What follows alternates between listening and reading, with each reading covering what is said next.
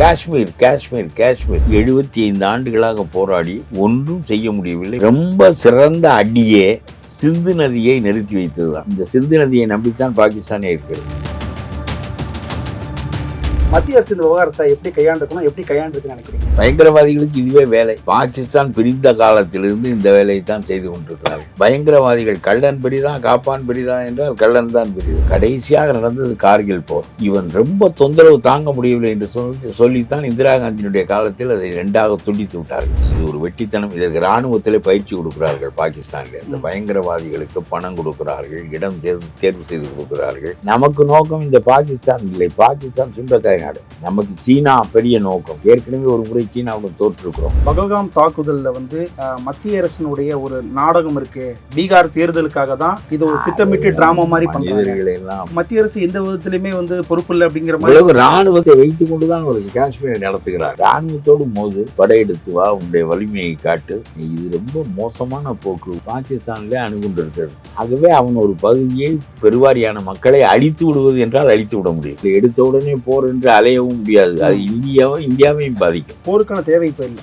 உடனடியாக வேண்டாம். பாகிஸ்தானை ஒரு நிமிடத்தில் நாம் கார்கில் அடித்தது போல அடித்து நொறுக்கி விட்டு போய்விடலாம். போர் என்பதை உடனடியாக செய்யவில்லையே என்று குதிக்கிறார்கள் சில பேர். படையெடுக்க வேண்டியதை எடுத்து விட்டு அவனை எதையாவது செய்து விட்டு போனால் இருக்கட்டும். அதுக்காக இந்தியா தோற்க போகின்ற நாடும் இல்லை. பாகிஸ்தானை நசுக்கி விட்டு போய்விடலாம். உங்கள் லெஜண்ட் சரோனாவில் அக்ஷய திருதியை முன்னிட்டு தங்க நகைகளுக்கு பவுனுக்கு ரூபாய் 2000 தள்ளுபடி. ஏப்ரல் 22 முதல் மே 4 வரை. Benz media private limited ACS Arunkumar வழங்கும் கேங்கர்ஸ் ஏப்ரல் 24 முதல் உலகமெங்கும். குமுதம் நேயர்களுக்கு வணக்கம். தமிழ்நாடு தன்னுரிமை கழகத்தின் தலைவரும் மூத்த அரசியல்வாதியுமான திரு பல கருப்பையா அவர்கள் தான் நம்ம இன்னைக்கு நேர்காணல் எடுக்கிறோம். வணக்கம் சார். இன்றைய தேதியில காஷ்மீர் பகல்காம்ல நடந்திருக்க தீவிரவாத தாக்குதல் இந்தியா முழுக்க ஒரு பெரும் பரபரப்பையும் பதற்றத்தையும் உண்டாக்கியிருக்கு. இதை ஒட்டி இந்திய உள்துறை அமைச்சகமும் உளவுத்துறையும் சரியா செயல்படலை, அமித்ஷா பதவி விலகணும் அப்படிங்கிற மாதிரியான குரல்களாக நிறைய எழுறதை பார்க்குறோம். மத்திய அரசு இந்த விவகாரத்தை எப்படி கையாண்டிருக்கணும், எப்படி கையாண்டிருக்குன்னு நினைக்கிறீங்க? இல்லை, உளவுத்துறையினுடைய குறைபாடு என்றெல்லாம் அதை சொல்ல முடியாது. இந்தியா முழுவதும் பெரிய பரந்துபட்ட நாடு. எங்கேயோ ஒரு 4 பேர் தீவிரவாதிகள், அவர்கள் இராணுவமோ பிற அமைப்புகளோ இல்லாத இடம் பார்த்து செயல்படுவார்கள். அவர்களுக்கும் பலவிதமாக உளவு சொல்வதற்குரிய மனிதர்கள் இருப்பார்கள்.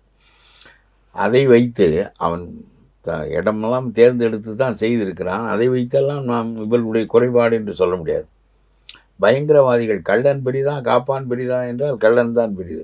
எவ்வளவுதான் காப்பான் இருந்தாலும் கள்ளன் தான் பெரிது. அதனாலே பயங்கரவாதிகளுக்கு இதுவே வேலை.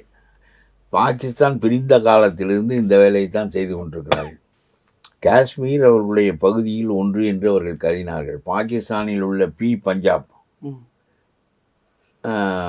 கே காஷ்மீர், எஸ் சிந்து, இப்படி அந்த ஒவ்வொரு எழுத்தும் ஒவ்வொரு மாநிலத்தை குறிக்கும்.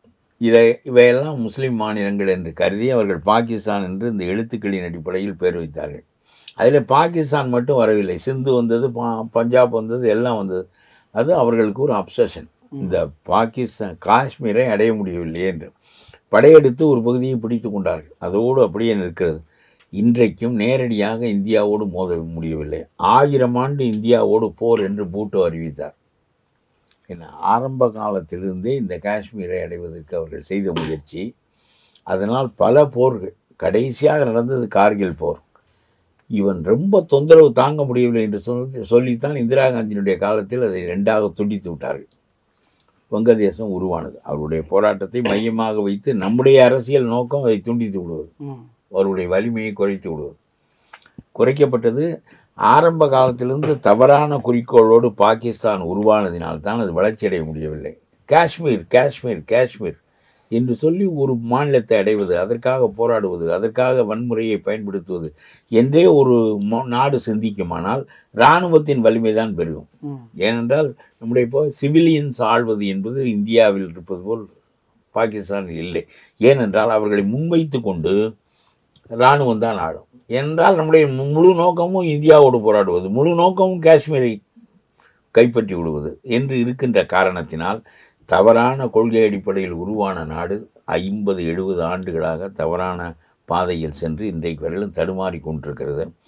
ஆகவே இந்த பகல்காமில் நடந்த இத்தகைய வன்முறைகள் எப்பொழுதும் பயங்கரவாதங்கள் நடக்கக்கூடிய ஒன்று தான். ஆனால் நான் ஒன்று சொல்லுகிறேன், இது ஒரு வெட்டித்தனம். இதற்கு இராணுவத்திலே பயிற்சி கொடுக்கிறார்கள் பாகிஸ்தானில். அந்த பயங்கரவாதிகளுக்கு பணம் கொடுக்கிறார்கள், இடம் தேர்வு செய்து கொடுக்கிறார்கள், உளவுத்துறை மூலமாக எல்லாவற்றையும் தேர்வு செய்து உனக்கு செயல்படுவதற்குரிய களம் அமைக்கிறார்கள். எல்லாவற்றுக்கும் மேலாக இராணுவத்தில் பயிற்சி அளிக்கிறார்கள், ஆயுதங்கள் கொடுக்கிறார்கள், அவனுக்கு பணமும் கொடுக்கிறார்கள். இவ்வளவும் செய்து 75 ஆண்டுகளாக போராடி ஒன்றும் செய்ய முடியவில்லை. மறுபடியும் அதையே ஒரு வேலையாக ஒரு நாடு செய்து கொண்டிருந்தால் இன்றைக்கு நாம் உடனடியாக போர் தொடுக்க வேண்டாம் என்ற அடிப்படையில் நான் இதில் இந்திய அரசு எடுத்திருக்கின்ற நடவடிக்கை சரியானது என்றும், இவ்வளவுதான் செய்ய முடியும் என்றும், இதை உடனடியாக போராக மாற்றுவது தேவையில்லை என்றும், என்ன ரொம்ப சிறந்த அடியே சிந்து நதியை நிறுத்தி வைத்தது தான். ஓகே, சிந்து உடனே நிறுத்த முடியாது, 10-20 விழுக்காடு தான் நிறுத்த முடியும். இனிமேல் புதிய அணைகளை வரிசையாக கட்டித்தான் நிறுத்த முடியும்.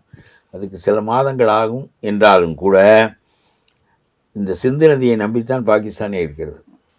அது இன்றைக்கும் ஒரு விவசாய நாடாகத்தான் இருக்கிறது. ஆகவே அதனுடைய இழப்பு இவையெல்லாம் ரொம்ப பெரிய அளவுக்கு தாக்கம் இருக்கும். ஒரு முட்டாள்தனம் என்ன என்றால், அவனும் ஒரு அணுசக்தி நாடு. இப்பொழுது போர்கள் எண்ணிக்கை அடிப்படையில் நடப்பதை விட இன்னமும் நாம் வலிமையானவர்கள், நம்முடைய படை பெரியது, நம்முடைய ஆயுத வலிமை பெரியது. நாம் இப்பொழுது லிபரலைஸ்டு எக்கானமிக்கு அப்புறம் இந்தியா பொருளாதார நிலையில் வளர்ச்சி அடைந்திருக்கிறது. அது சீனா பெற்ற வளர்ச்சி ரொம்ப பெரியது. அது அமெரிக்காவை ஏன் என்று கேட்கின்ற அளவுக்கு அந்த வளர்ச்சி இருக்கிறது. நாம் அந்த அளவுக்கு இல்லை என்றாலும் சீனாவை எதிர்கொள்வதற்காகத்தான் நாம் அமெரிக்கா, ஆஸ்திரேலியா, ஜப்பான், நாம் 4 பேரும் கூட்டணி அமைத்திருக்கிறோம். நமக்கு நோக்கம் இந்த பாகிஸ்தான் இல்லை. பாகிஸ்தான் சுண்டக்காய் நாடு. நமக்கு சீனா பெரிய நோக்கம். ஏற்கனவே ஒரு முறை சீனாவுடன் தோற்றிருக்கிறோம். ஆகவே இப்பொழுது ஜப்பானுக்கும் ஒரு நெருக்கடி வந்தது. ஜப்பான் சீனாவை ஆண்டது போக அவன் நெருக்கடி, ஆஸ்திரேலியாவுக்கு நெருக்கடி, அமெரிக்காவுக்கும் நெருக்கடி, நமக்கும் நெருக்கடி. அவர்களுக்கு குறைவு, நமக்கு கூடுதல். ஆக எல்லாரும் ஒன்று சேர்ந்திருக்கிறோம். அதனால் சீனாவினுடைய படையெடுப்பு நிகழ்வதற்கான வாய்ப்புகள் இப்பொழுது இல்லை. பாகிஸ்தானை ஒரு நிமிடத்தில் நாம் கார்கில் அடித்தது போல் அடித்து நொறுக்கி விட்டு போய்விடலாம். ஆனால் இன்றைய உலகம் எப்படி இருக்கிறது என்றால், அவனால் நம்மை வெல்ல முடியாது என்றாலும் அவனுடைய அணுகுண்டை பயன்படுத்த முடியும். இது ரொம்ப மோசமான போக்கு. உலகம் முழுவதும் சின்னஞ்சிறிய நாடுகள், ஈரானிலே அணுகுண்டு இருக்கிறது, பாகிஸ்தானிலே அணுகுண்டு இருக்கிறது. ஆகவே அவன் ஒரு பகுதியை, பெருவாரியான மக்களை அழித்து விடுவது என்றால் அழித்து விட முடியும். போரில் யார் வெற்றி பெறுகிறார்கள் என்பதெல்லாம் பெரும் படை வைத்திருக்கிறார்கள், பெரும் வளமான நாடு என்பதை விட அணுகுண்டு வைத்திருக்கிறான் என்பது சின்ன நாட்டுக்கும் ஒரு வகையான அழிவை எதிரிக்கு உண்டாக்குவான், பெரிய ஆகவே அதனால் போர் என்பதை உடனடியாக செய்யவில்லையே என்று குதிக்கிறார்கள் சில பேர்.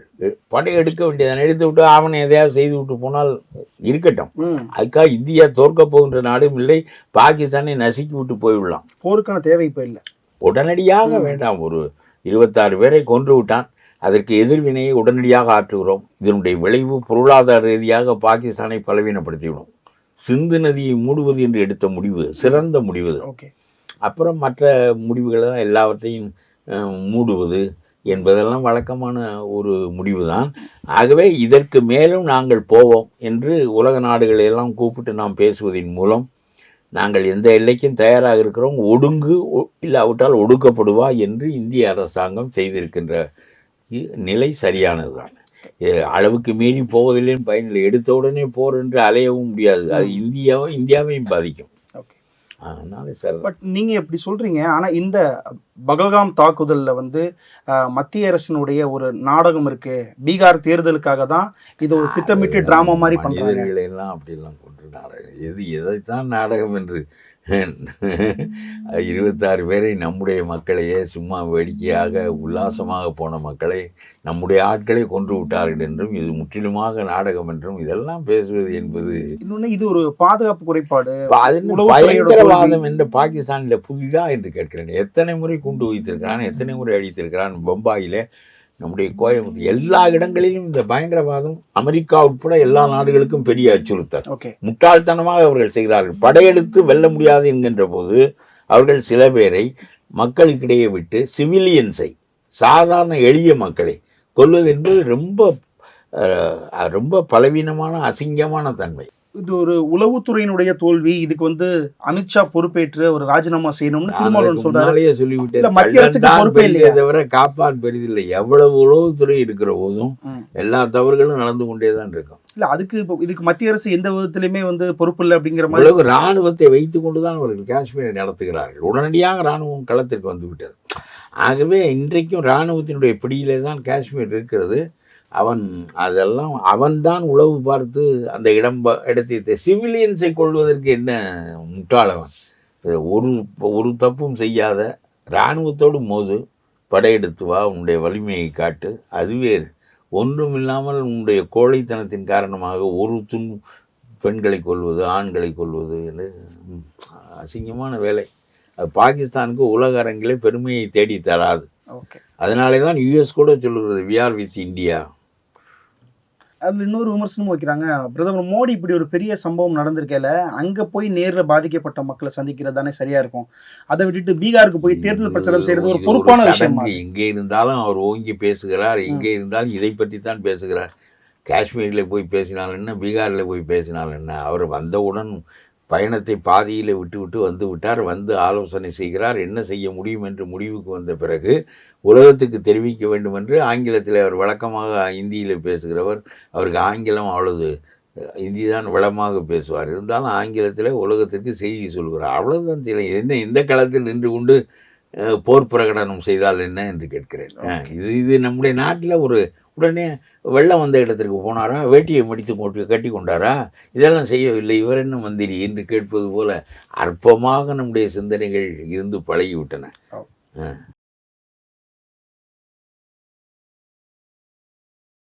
உங்கள் லெஜண்ட் சரோனாவில் அக்ஷய திருதியை முன்னிட்டு தங்க நகைகளுக்கு பவுனுக்கு ரூபாய் 2000 தள்ளுபடி. ஏப்ரல் 22 முதல் மே 4 வரை. Benz media private limited ACS Arunkumar வழங்கும் கேங்கர்ஸ் ஏப்ரல் 24 முதல் உலகமெங்கும்.